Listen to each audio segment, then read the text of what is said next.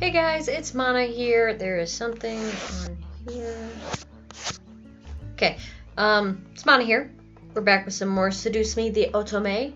And yeah, let's see what happens. I've been gone for a while and I'm interested to see where this story goes. Because it's definitely interesting. Something about Lisette made me feel uncomfortable.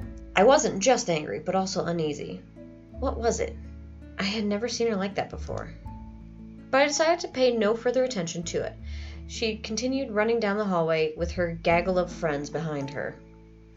I refocused my attention to Mrs. Phillips, who was walking down the hall towards me. Is everything all right, girls? Nothing we couldn't handle, Mrs. P. Just a bunch of snobs. Suzu, hush! It was nothing, Mrs. Phillips. I see. Well, Miss Anderson, please accept my condolences for your loss. Thank you, Mrs. Phillips. Your grandfather was a good man.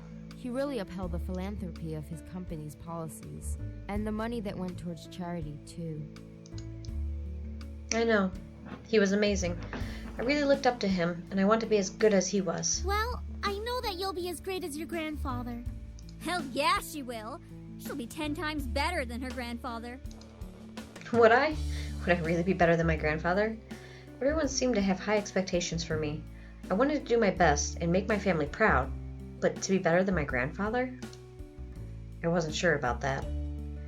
From outside the school window, I saw a familiar blue car pull up to the curb. Undoubtedly, it was my father in the driver's seat. Oh, my ride's here. Well, I guess I'll see you both tomorrow. Want us to come with you? Oh no, it's okay. I'll be fine. See you. Hey, Dad. Hey, honey. As I got into the car, I noticed my father looked troubled, clutching at his steering wheel and staring straight ahead as if something was really bothering him. About what happened yesterday.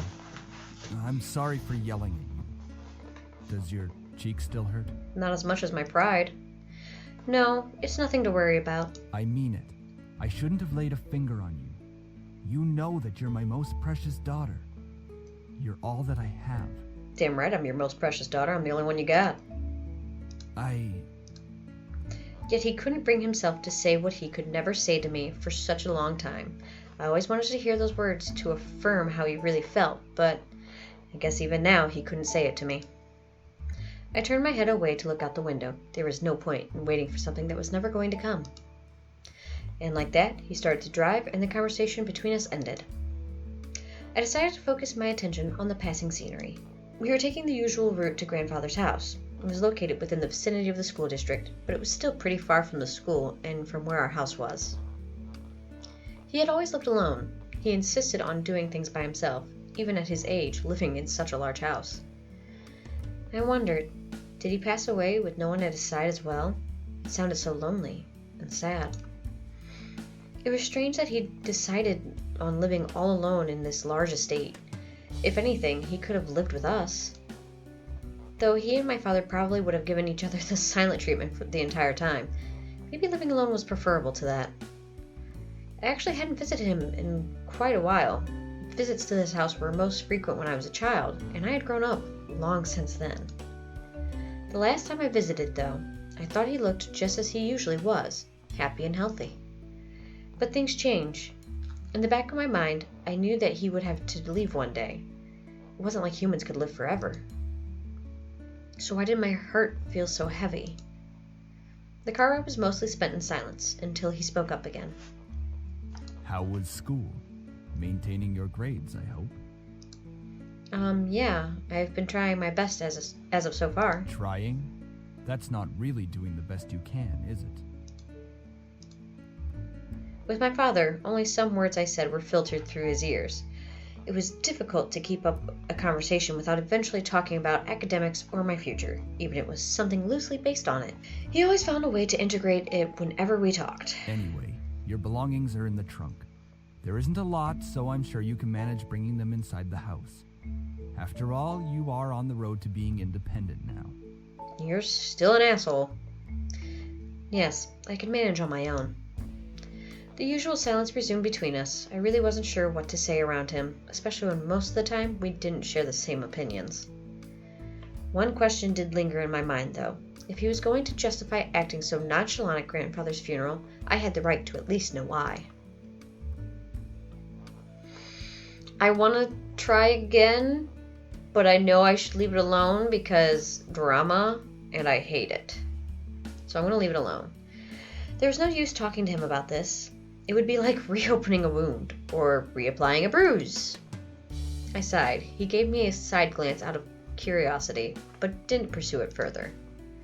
Typical. I leaned against the car door and stared out the window. I really couldn't think. What would this place be like?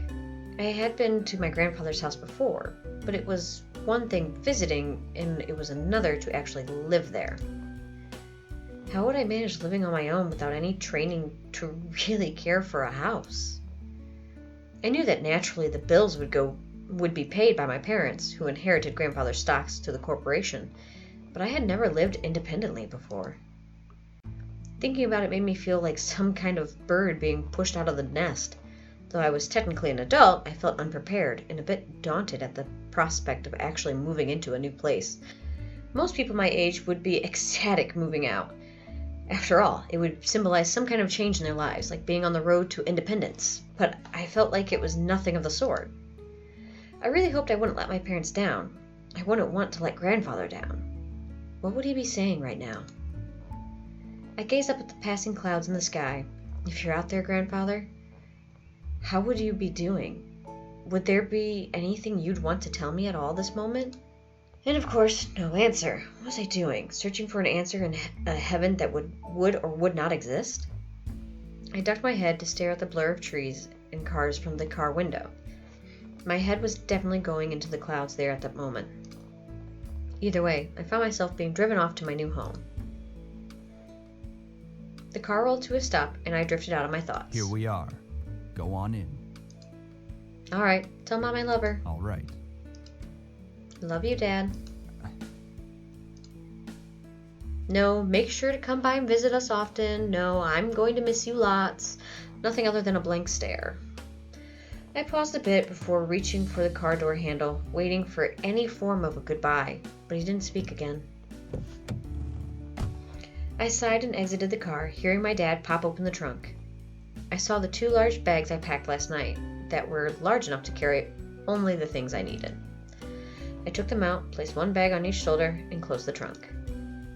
He then drove off, leaving me alone in front of the mansion. I watched the blue car fade into the distance of the road before turning to see my new home.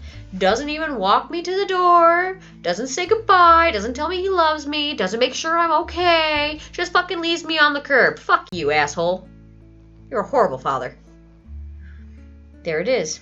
It's huge. My grandfather gave me this? It's hard to believe.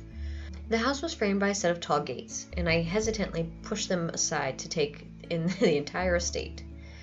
The house still looked like it was when I last visited him. At a glance, it seemed kind of intimidating with its size, though if I came closer, it was clear that there was more to it than that. The brick walls were framed by shrubbery and lovely flowers, giving it a homey and welcoming look, but in contrast, the tall doors into the house gave me the feeling of grandeur. Who knew what was waiting for me? But I wouldn't back down at this moment. I took out the keys to the front doors and unlocked them. Well, might as well make myself at home. I'll be staying here for quite a while anyways. That's when I saw them. Lying on the floor was a group of men. They were all unconscious, but there was no explanation as to why they were there in the first place. I dropped my bags as I let the door close on its own behind me.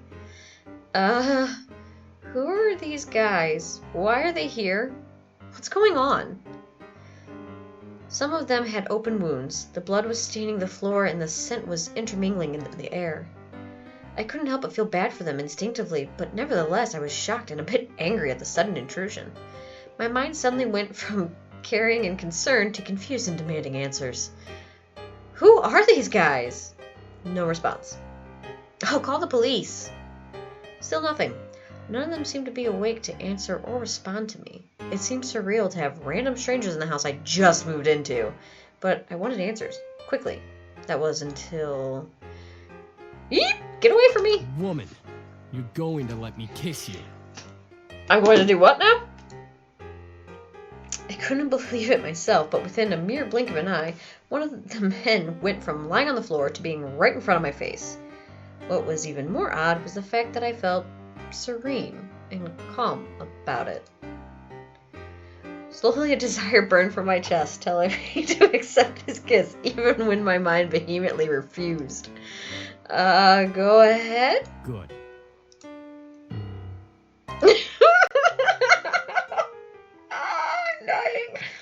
As he kissed me, I could feel my body go weak.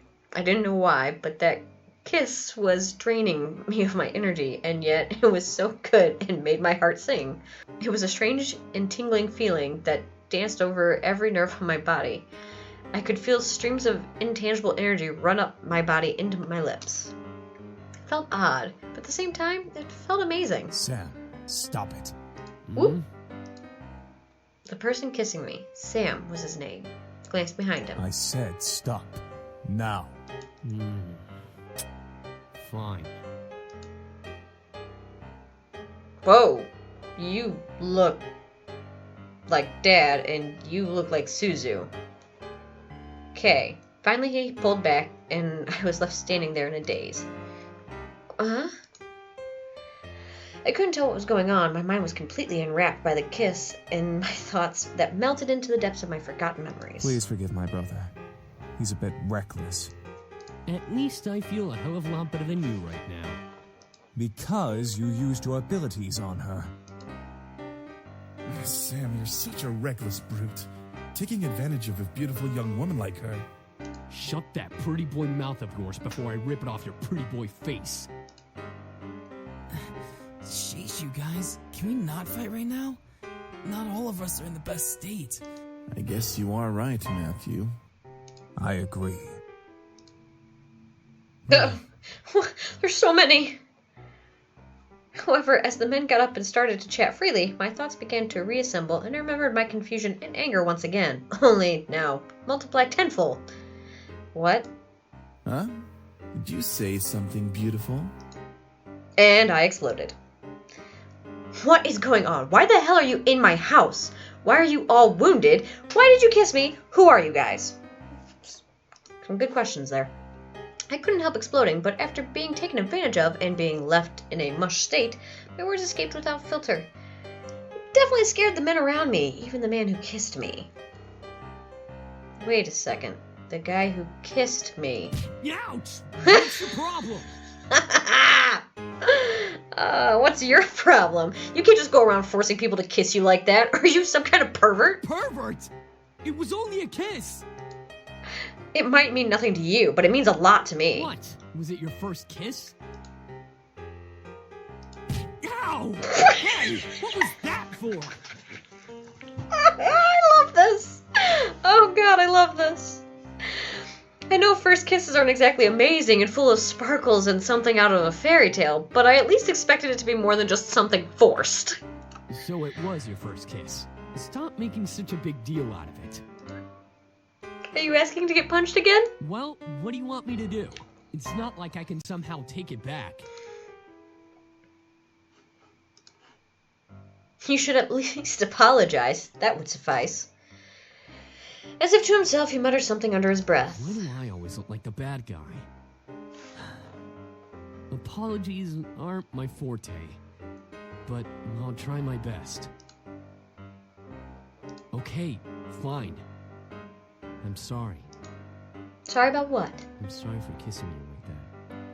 I went too far. Damn right you did. He sighed and ran his fingers through his hair. I didn't mean for it to turn out that way. It's just... I act on impulse, okay? It's difficult to control myself and... What am I saying? It's okay. I get what you're trying to say. Thank you for the apology. Yeah. No What was problem. that? What was that? Anyway, if you try to pull any funny business in the future, just a fair warning. I know Taekwondo. I think I've biggered enough. Time to get back to the main issue. So what exactly are all of you doing in my house? Miss, please forgive us in our intrusion. We didn't know this abode belonged to anyone, nor did we have the time to take that into consideration. What? What do you mean? You don't just barge into people's homes. We wouldn't have had to if we weren't as wounded as we are currently. We just escaped from a deadly fight that could have ended our lives. Luckily for us, your home was near and the windows were unlocked, so we quickly came inside. We locked the doors, but we didn't lock the windows. Brilliant. The last time I remembered, there were laws preventing strangers from stepping on private property. Although, considering the severity of their wounds, it had to be serious. I guess that explains the wounds, but not why he kissed me. He had absolutely no right to do that. Well, lovely flustered lady, it's hard to explain, truly.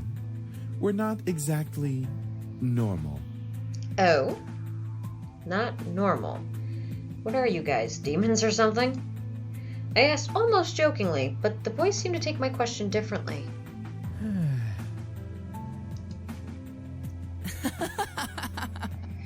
Well, yeah, actually, something like that. Technically. Huh? We're incubi, miss. Demons who consume and use sexual energy of humans to survive. I like this game. I'm gonna have to leave it there, though, because I'm out of time to record. So we'll pick up on this fun little story next time.